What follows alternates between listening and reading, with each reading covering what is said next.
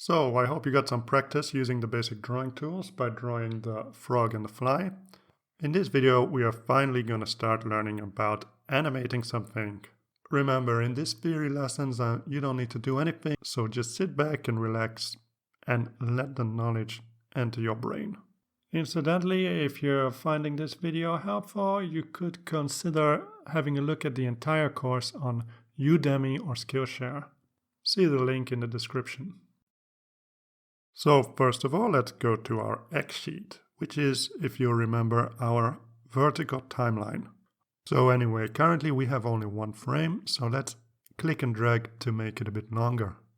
Now we have 6 frames, but we still have only one drawing. That's because the same drawing populates each and every one of these frames. Or in other words, each and every one of these frames is identical. Having the exact same frame all the time is not exactly what you call an animation. So what we're going to do is we're going to add a new frame. I'm going to click the 4th frame and I'm going to right click and I'm going to choose duplicate. So now we have 2 drawings. Drawing number 1, which occupies the first 3 frames, and drawing number 2, which occupies frames 4 to 6. The drawings are still identical, but at least we have 2 frames now. So I'm going to modify the second drawing using the control point editor.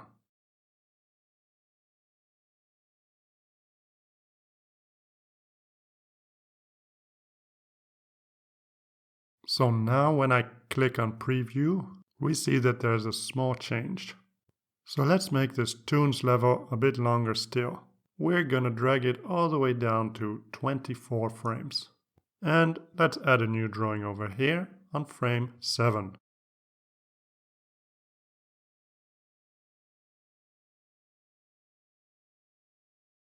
And let's repeat the whole process to make a 4th and a 5th drawing in frames 10 and 13.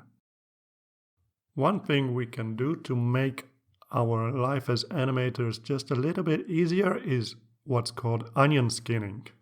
When you onion skin, you superimpose previous frames onto the frame which you're currently editing. Superimpose just means you're projecting. So in other words, you're projecting previous frames onto the current frame. Let's do that by clicking in the middle of this column above this red and green circle. So as you can see, I've just added an onion skin 3 frames before the current frame. And now I've added another one 3 frames before that. And as you can see, this red line appears. This red line shows what the drawing looked like on frame 7. We don't see what the drawing looked like in frame 10 because that frame is actually, for now, identical to the currently selected frame. So let's change that and let's make this line creep on a little further. And as you can see, it reveals a darker red line. So as you can see, we've got the current drawing, which is in the active colors. We've got a dark red drawing. This is what was in the first onion skin. And then we've got a light red drawing that's in the onion skin further back. So let's continue drawing this worm or this squiggle or whatever it is until it reaches the edge of the canvas.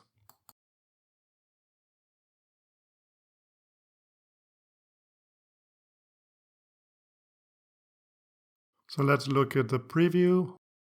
Wow, it's actually looking like something that's animated.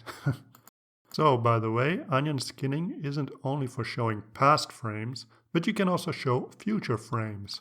Future frames show up in green. And you can also choose to show frames which don't depend on where the red and green circle is at the moment. To do that, just click on the left side of this column.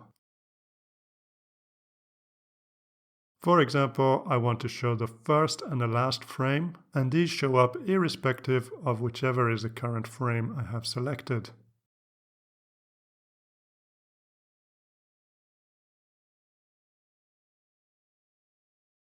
And that's enough theory for now.